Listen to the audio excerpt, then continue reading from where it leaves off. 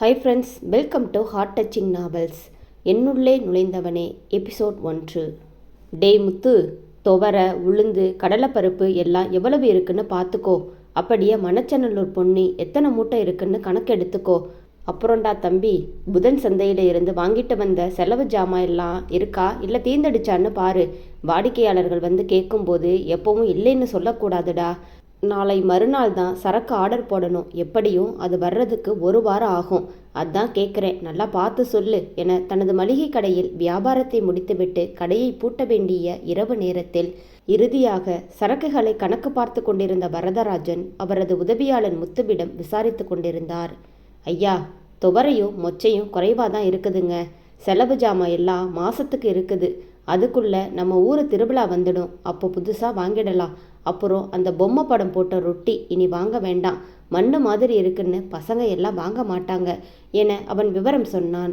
அப்படியா, சரிடா, வாடிக்கைக்காரங்க கேட்குற பொருளை வாங்கிக்கலாம் என சொல்லிக்கொண்டு இருக்கும்போதே, அப்பா நேரமாச்சு, சீக்கிரம் வீட்டுக்கு வாங்க என கொஞ்சம் மழலை குரலோடு 6 வயது அழகிய தேவதை அவர் வீட்டின் குட்டி இளவரசி அங்கு வந்து நின்றாள்.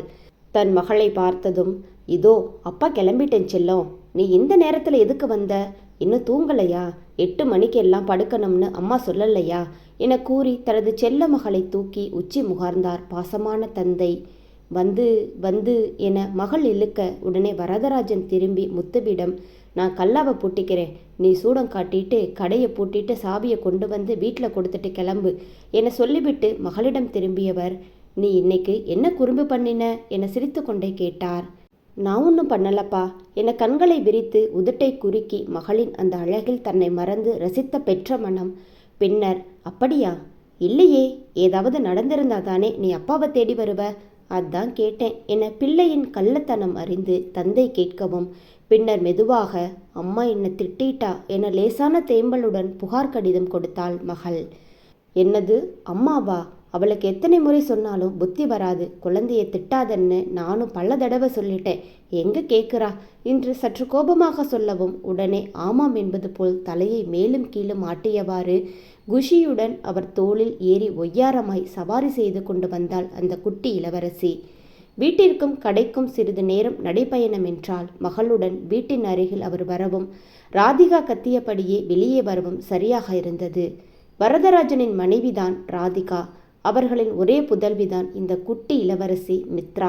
இவர்கள் திருச்செங்கோட்டிற்கு அருகே குமாரபாளையத்திற்கு சற்று மேற்கே உள்ள சிறிய ஊரில் மளிகை கடை நடத்தி வருகின்றனர். அந்த ஊரில் இது கொஞ்சம் பிரபலமான கடை. அங்கு அனைத்து பொருட்களும் கிடைக்கும். அண்ணன் தம்பி இருவரும் இணைந்து கூட்டு குடும்பமாக வாழ்கின்றனர். இவரின் சகோதரருக்கு ஒரே ஒரு ஆண் குழந்தை. இவர்களுக்கு திருமணமாகி 15 வருடங்களுக்கு பிறகு பிறந்த பெண்தான் மித்ரா என்பதால் செல்லம் அதிகம். மேலும் அவரது சகோதரருக்கும் ஒரே பையன் மட்டுமே என்பதால் அந்த வம்சத்தின் முதல் பெண் என்பதும் மித்ராவை எல்லாருக்கும் பிடிக்கும். அவளும் அதற்கேற்றாற் போல அதிக ஆர்ப்பாட்டம் இல்லாமல் அமைதியாகவும் இனிமையான பேச்சும் வீட்டிற்குள்ளேயே அம்மாவின் சேலை தலைப்பை பிடித்து கொண்டு சுற்றும் சுட்டி பிள்ளையாக இருந்தாள். தந்தையின் தோளில் சொகுசாக சாய்ந்திருந்த மகளை கண்டதும், ஏண்டி சொல்லாம எங்கடி போன? நான் எல்லா பக்கமும் உன்னை காணோம்னு தேடிக்கிட்டு இருக்கேன் என்று ராதிகா மகளை கோபித்து கொள்ள, குழந்தை எங்கே போறான்னு கூட தெரியாம நீ வீட்டில் அப்படி என்ன வேலை பண்ணிட்டு இருந்த என வரதராஜன் மனைவியை திருப்பி கேட்டார்.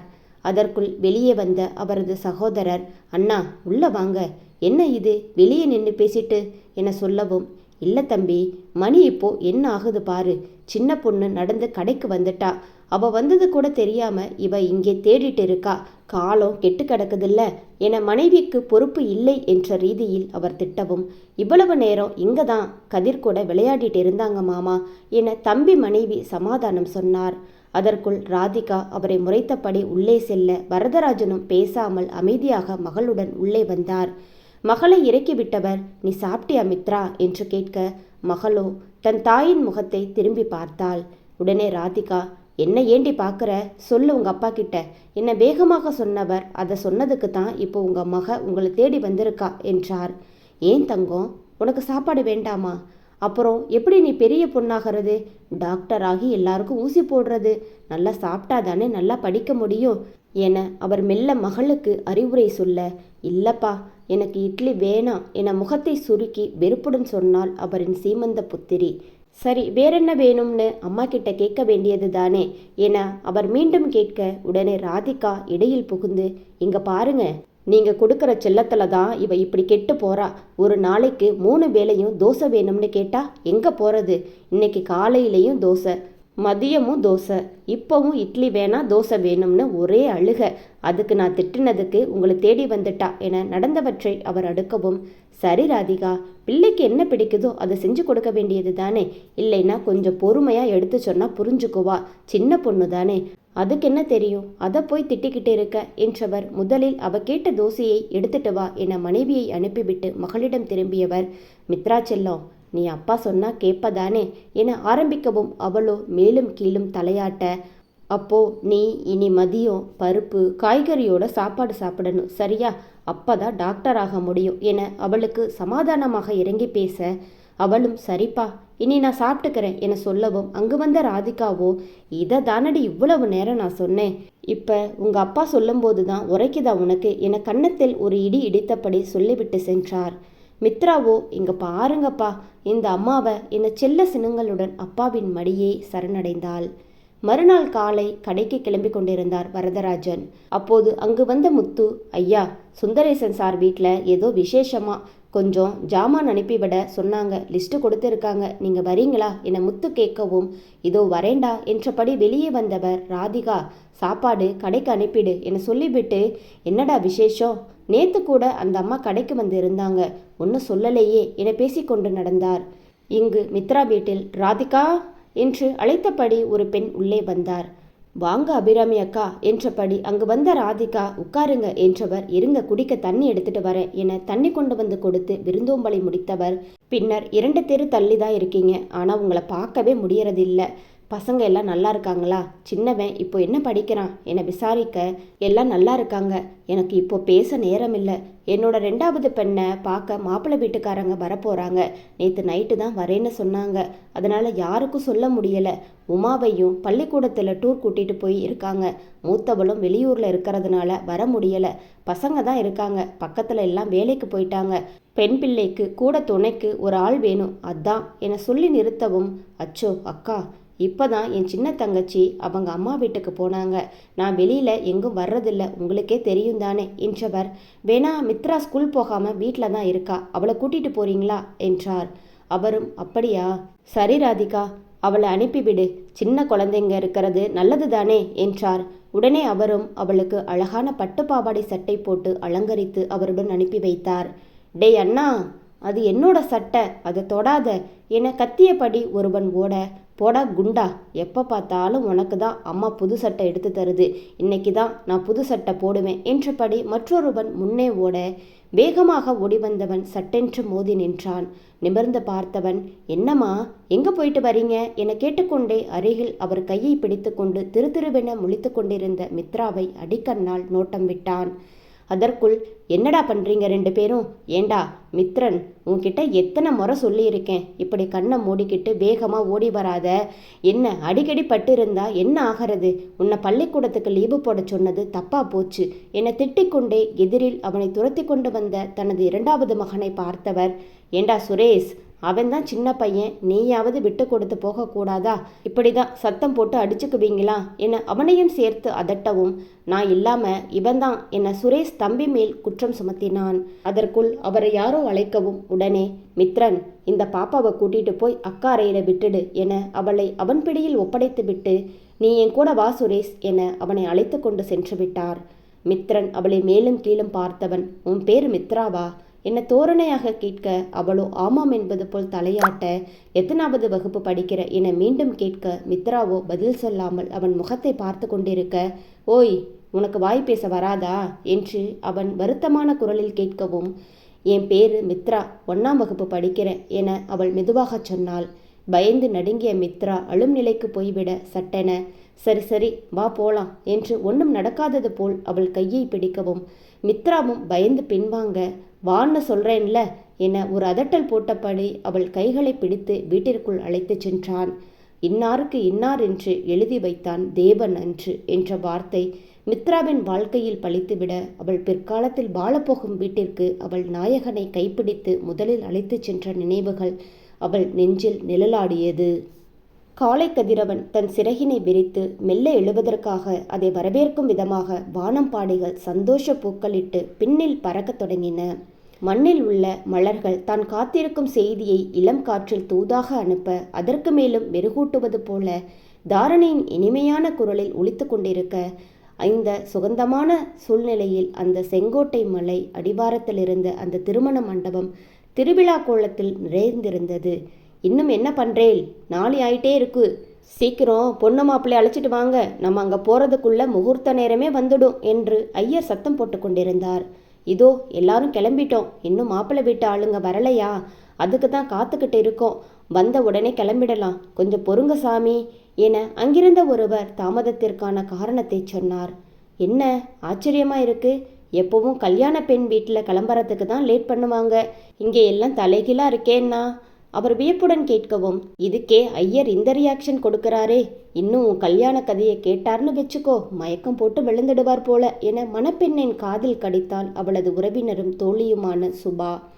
அவளோ பதட்டத்துடன், என்ன சுபா, நானே அவர் வருவாரா மாட்டாரான்னு பயத்தில் இருக்கேன், நீ இந்த நேரத்தில் காமெடி பண்ணிட்டே இருக்க என எரிச்சலுடன் சொல்ல, ஏண்டி இதில் என்ன இருக்கு புதுசா, 5 வருஷமா இப்படித்தானே இருக்க, எல்லாத்துக்கும் துணிஞ்சுதான் இங்கே வந்து நிற்கிற, ஆனாலும் உனக்கு ரொம்ப தைரியண்டி, அமுக்குனி மாதிரி இருந்துக்கிட்டு நினச்சதை சாதிச்சிட்டியே என அவளை புகழ்வது போல அவளின் நிலையை கேலியாக சொன்னாள் சுபா.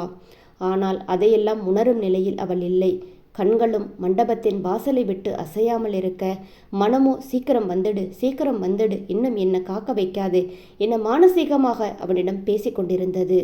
ஏன்பா வரதராஜா, இன்னுமா உன் மாப்பிள்ளை கிளம்பி வர்றாரு, மலையில் கும்பல் சேர்ந்துடும், அப்புறம் நமக்கு இடம் கிடைக்காது, அங்கே சொந்தக்காரங்க முன்னாடி போயிட்டாங்க, சீக்கிரம் எல்லாரையும் வர சொல்லுங்கப்பா என ஒரு பெரியவர் சத்தம் போடவும் அவர் வேகமாக தன் மனைவியிடம் வந்தவர் சற்று பக்கத்தில், என்ன ராதிகா, மாப்பிள்ளை வீட்டுக்காரங்க இன்னும் என்ன பண்ணுறாங்க, அங்கே எல்லாரும் என்ன சத்தம் போடுறாங்க, கொஞ்சம் சம்மந்திக்கிட்ட கேட்டு சொல்லு என்றார். ராதிகாவோ, நானும் சொல்லிட்டேங்க, இதோ கிளம்பிட்டோம் வந்துக்கிட்டே இருக்கோம்னு 1 மணி நேரமாக இந்த பதிலைத்தான் சொல்கிறாங்க என்றவர் தன் கணவரின் முகத்தில் தெரிந்த கவலை அவரை பயப்படுத்த, நீங்கள் எதுக்கும் கவலைப்படாதீங்க, டாக்டர் நீங்கள் பதட்டப்படக்கூடாதுன்னு சொல்லியிருக்காரு, அவங்க வந்துடுவாங்க, மண்டபம் வரைக்கும் வந்தாயிற்று, எல்லாம் நல்லபடியாக தான் நடக்கும், நீங்கள் மற்ற வேலையை பாருங்க என அவரை சமாதானப்படுத்தினார். இல்லை ராதிகா, இந்த கல்யாணம் முடிகிற வரைக்கும் இந்த படபடப்பு குறையாது, என் பொண்ணோட கல்யாணத்தை எப்படியெல்லாம் செய்யணும்னு நினச்சிட்டு இருந்தேன், ஆனால் இவ இப்படி என சொல்லிவிட்டு அவர் நீண்ட பெருமூச்சை இழுத்துவிட, இப்போ எதுக்கு அதெல்லாம் பேசிட்டு இருக்கீங்க, நம்ம பொண்ணு சந்தோஷம்தானே நமக்கு முக்கியம், பழசையெல்லாம் பேசாமல் முன்னாடி போய் நம்ம பொண்ணுக்கு அப்பாவா எல்லாரையும் கவனிங்க என மனைவிக்கு உரிய மிடுக்கோடு சொல்லிவிட்டு நகர்ந்தவர் நேராக மண்டபத்தின் வாயிலில் இருக்கும் பிள்ளையார் கோவிலுக்கு சென்றார். கடவுளிடம் கைகூப்பி கண்ணை மூடி நின்றவர், பிள்ளையாரப்பா, இதுவரைக்கும் நடந்தது எதுவும் சரியில்லைன்னாலும் இனி நடக்க போகிறது எல்லாம் நல்லபடியாக நடக்கணும்ப்பா, எங்கள் பொண்ணும் நாங்களும் மனசறிஞ்சு எந்த தப்பும் பண்ணலை, அவள் இப்போ எடுத்திருக்க முடிவு அனல் மேலே நிற்கிறதுக்கு சமம்னு தெரியும், எங்களுக்கு வேற வழி இல்லை, இனியும் எங்கள் குடும்பத்துக்கு சோதனை வேண்டாம், கொஞ்சம் கருணை வைப்பா என மனமுருக வேண்டிக் கொண்டிருந்தார். இப்போது மாப்பிள்ளை வீட்டுக்காரங்க வந்தாச்சு என்ற குரல் கேட்கவும் மணப்பெண்ணின் அறையில் அலைபாய்ந்து கொண்டிருந்த விழிகள் சிலையாக நிற்க, பட்டமரம் பனித்துளி போல துளிர தாய் பசுவை தேடிய கன்றினை போல் கண்கள் அவனை தேட, உள்ளம் அலைப்பாய வாசலையே நோக்கியவள் அங்கு பட்டு வேஷ்டி சட்டையில் மாப்பிள்ளை கோலத்தில் காரில் இருந்து அவன் இறங்கவும் அந்த நொடி அவள் பிறப்பின் பயனை அடைந்தது போல் உணர்ந்தாள். அவனை கண்டதும் மனதில் உற்சாகம் பொங்க, அவை முகத்தில் எதிரொலிக்க, 6 அடி உயரத்தில் அகன்ற தோள்களும் விரைப்பான உடல் தோற்றமும் சாந்தமான முகமும் அவளுக்கு பிடித்த அவள் மனதை கொள்ளை கொண்ட புன்னகையுடன் அவன் இருக்க, மன்னவனின் தோற்றத்தில் தன்னை மறந்து நின்றாள் அந்த மனையாள். என்னடா அதிசயம் இது, இவன் இவ்வளவு அழகா இருக்கான், இத்தனை நாள் எங்க கூட தான் இருக்கான், இப்போ எனக்கே புதுசா தெரிகிறான், ஆனாலும் நீ கொடுத்து வச்சபடி உனக்கு எங்கேயோ மச்சம் இருக்கு என நக்களும் ஆற்றாமையுமாய் கலந்த குரலில் சுபா சொல்ல, அதை கேட்டவள் முகமும் வெட்கத்தில் சிவந்து போனது. அனைவரும் இருக்கும் இடத்திற்கு வந்தவன், எல்லாரும் வாங்க என வரவேற்றவன், மன்னிக்கணும் வர்ற வழியில கொஞ்சம் டிராஃபிக், அதான் லேட் ஆயிடுச்சு என்றவன், ரொம்ப நேரமாக காத்துட்டு இருந்தீங்களா மாமா என திரும்பி தனது மாமனாரிடம் கேட்டான். வரதராஜனும், அப்படியெல்லாம் இல்லை மாப்பிள்ள, கொஞ்சம் முன்னாடி தான் நாங்களும் வந்தோம் என சமாளிக்க, அப்போது அருகில் இருந்தவர், பரவாயில்லையே, மரியாதை தெரிஞ்ச பையனா இருக்காரு, நீங்க எதுக்கும் பயப்பட வேண்டாம் வரதராஜன், தங்கமான பையன்தான் என சொல்லவும் அவர் முகத்தில் அப்போதுதான் சற்று தெளிவு வந்தது. அப்போது அர்ச்சனைக்கு, பொண்ணு மாப்பிள்ளை பேரை சொல்லுங்க, எழுதுற என ஐயர் கேட்கவும், மாப்பிள்ளை பேரு மித்ரன், பொண்ணு பேரு மித்ரா என ராதிகா சொல்ல, பேர் பொருத்தம் அருமையா இருக்கு, 2 பேரும் அமோகமா வாழ்வாங்க என அவர் சொல்ல, மித்ராவின் கண்கள் பெருமிதத்துடன் கணவனை நோக்க, அவனும் அதை கண்டுகொள்ளாமல் அருகில் இருக்கும் தன் தோழனிடம் பேசிக்கொண்டிருந்தான். அவன் மட்டுமில்லை, அங்கு இருப்பவர்களும் அதை கண்டுகொள்ளாமல் இருக்க, மித்ராவின் மனம் மட்டும் இன்பத்தில் நிறைந்திருந்தது. சரி சரி, சீக்கிரம் எல்லாரும் வாங்க என்றபடி ஐயர் முன்னே செல்ல, அனைவரும் அவர் பின்னே சென்றனர். பாதி விடிந்து விடியாததுமாய் கார் இருளில் அந்த திருச்செங்கோடு அர்த்தநாரீஸ்வரர் மலை முன் அனைவரும் நிற்க, மித்ரன் நிமிர்ந்து அந்த மலையை பார்த்தான். ஏற்கனவே செந்நிறம் தோற்றம் கொண்ட அந்த மலை கதிரவனின் ஒளிப்பட்டு மேலும் ஜொலிக்க, கண்களை மூடி அவனது இஷ்ட தெய்வம் அர்த்தநாரீஸ்வரரை நினைத்து மனதிற்குள் அவரது நாமத்தை ஜெபித்தவன், ஆதியும் நீயே அந்தமும் நீயே, உன் பாதம் சரணடைந்தேன், என்னாடுடைய சிவனே போற்றி என்றவாறு தனது முதல் அடியை மலையின் முதல் படியில் வைத்த அவனை அறியாமல் அவனது உடல் ஒரு முறை சிலிர்த்து நின்றது.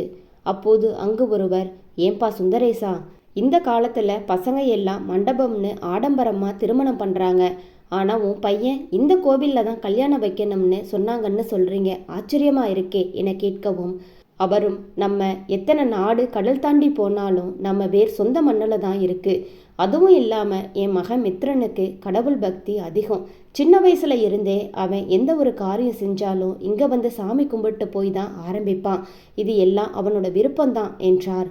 அப்போது, ஆனால் கல்யாணம் மட்டும் அவன் விரும்பியது இல்லையே என அவரின் அருகில் நடந்து வந்து கொண்டிருந்த அவரது மனைவி முணுமுணுத்தார்.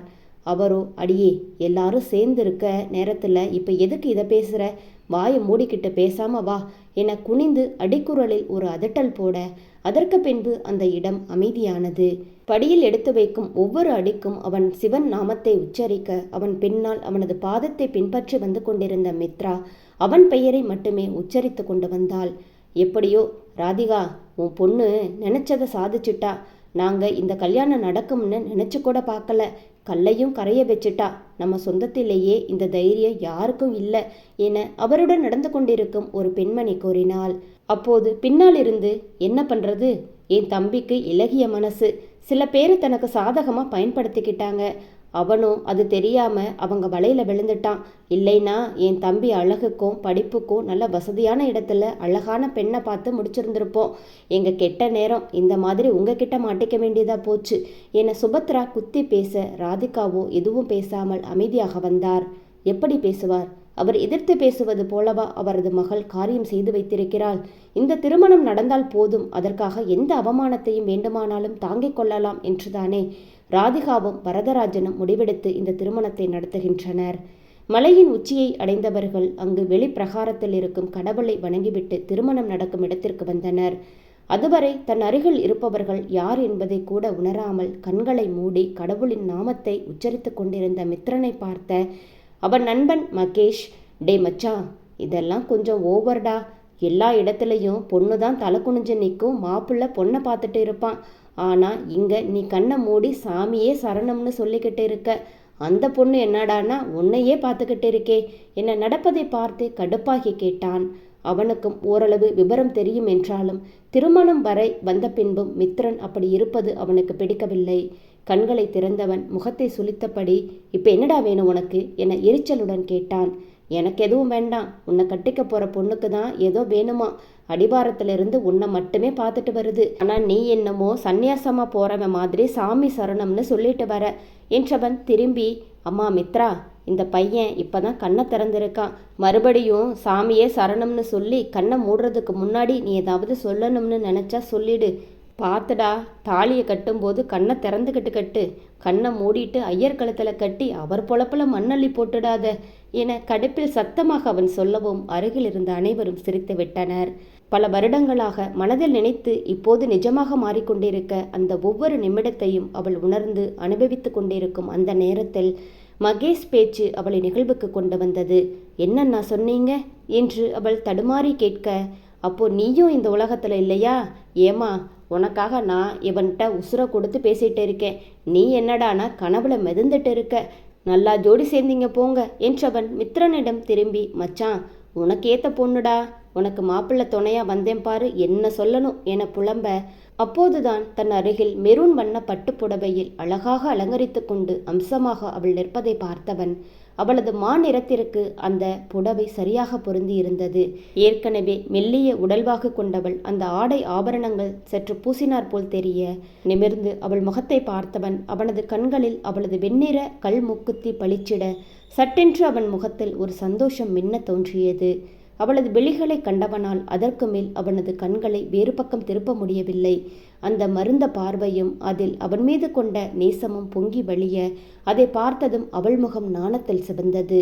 ஒன்று கண்ணை மூடிக்கிட்டே இருக்க, இல்லை கண்ணை திறந்தா பொண்ணை மட்டும்தான் பார்க்குற. அங்கே ஐயர் 1/2 மணி நேரமாக கூவிக்கிட்டு இருக்காரு, கொஞ்சம் கவனி மச்சான். கடைசியா என்ன இந்த மாதிரி கையை காட்ட வச்சிட்டீங்களேடா என மகேஷ் அருகில் வந்து குரல் கொடுக்கவும் தன் உலகுக்கு திரும்பிய மித்ரன், சாரி மச்சான் என கூறியவனை பார்த்து, இந்த திருமணம் உறுதி செய்த நாள்லேருந்து என்னைக்கு தாண்டா நீ இந்த மாதிரி அசடு வழியறத நான் பார்க்குறேன். இப்போ தாண்டா உனக்கு கல்யாண கலையே வருது. ஐயரே, இவன் மனசு மாறுறதுக்குள்ள சீக்கிரம் தாலி எடுத்து கொடுங்க. அப்புறம் மறுபடியும் தென்னாடுடைய சிவனே போற்றின்னு ஆரம்பிச்சா நிறுத்த மாட்டான் என சொல்லவும் அதுவரை அங்கிருந்த இறுக்கமான நிலை மாறி கேலி கிண்டல் என அனைவரும் சந்தோஷமான மனநிலையில் இருந்தனர். உமையவளை தன் இடப்பாகத்தில் கொண்டு சக்தி இல்லையில் சிவனில்லை, தன்னில் பாதி தன் மனையாள் என்பதை உலகிற்கு உணர்த்திய பெருமை பெற்ற அந்த சிவஸ்தலத்தில் உற்றார் உறவினர் முன்னிலையில் உள்ள அனைவரும் ஆசீர்வாதத்துடன் மித்ரா கழுத்தில் மாங்கல்யத்தை பூட்டி தன்னில் சரிபாதியாக ஏற்றுக்கொண்டான் மித்ரன். தாலி கட்டி முடிந்ததும் மணமக்கள் அக்னியை வலம் வர இருவரின் கைகளையும் இணைக்க தன்னவளின் கைகளையும் மெல்ல பற்றியவன் அதில் இருக்கும் நடுக்கம் அவளது மனதின் நிலையை உணர்த்த சற்று நிதானித்தவன் அடிக்கண்ணில் அவளை பார்க்க, அந்த பார்வை, இதன் முன்னுரை நீதான், முடிவுரையும் நீதான், என்னால் எதுவும் செய்ய முடியாது என மனதிற்குள் சொல்லிக்கொண்டவன் 3 முறை அக்னியை வலம் வந்தனர். பின்னர் இருவரும் கணவன் மனைவியாக மீண்டும் கடவுளின் சன்னிதானத்திற்குள் சென்று கண்களை மூடி அவள் நிற்க, ஏண்டி பயமா இருக்கா என அவள் காதில் விழ அந்த குரலில் சுதாரித்தாள். அப்போது, என்னடி ரொம்ப நேரமா சாமி கிட்ட வேண்டிட்டு இருக்க? இங்க எல்லாம் வேண்டி எந்த பிரயோஜனமும் இல்லை. உனக்கு அருள் கொடுக்கும் தெய்வம் அங்க பாரு 2 சன்னதி சுத்திட்டு 3வது சன்னதிக்கு போயிட்டாரு. உன்னோட வேண்டுதலை அங்க போய் சொல்லு என சுபா அவள் காதை கடித்தாள்.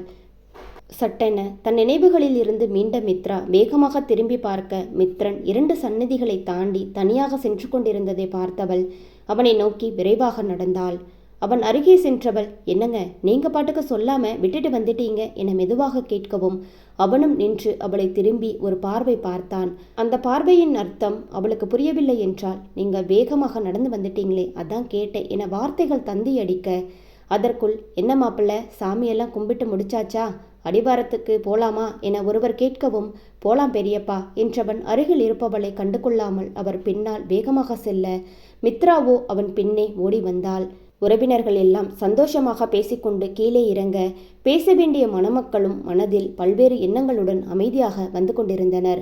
ஏன்பா கல்யாணம் முடிஞ்சு பொண்ணு மாப்பிள்ளைய முதல்ல எங்க அனுப்புறது என ஒரு பெரியவர் கேட்டுக்கொண்டே நடக்க, ஆமா இங்கே என்ன பேருந்து மாற்றி போகிற மாதிரியா பொண்ணை எடுத்திருக்கோம், பக்கத்து தெருவில் தானே அவங்க வீடு, எங்கே இருந்தா என்ன என சலித்தவாறு மித்ரனின் தாயார் கூறவும் மற்றவர்கள் என்ன பேசுவது என தெரியாமல் முழிக்க, அதற்குள் பெரியவங்க பார்த்து என்ன சொல்றீங்களோ அப்படியே செஞ்சிடலாம் என மித்ராவின் சித்தப்பா இடையில் புகுந்து அந்த சூழ்நிலையை சமாளித்தார்.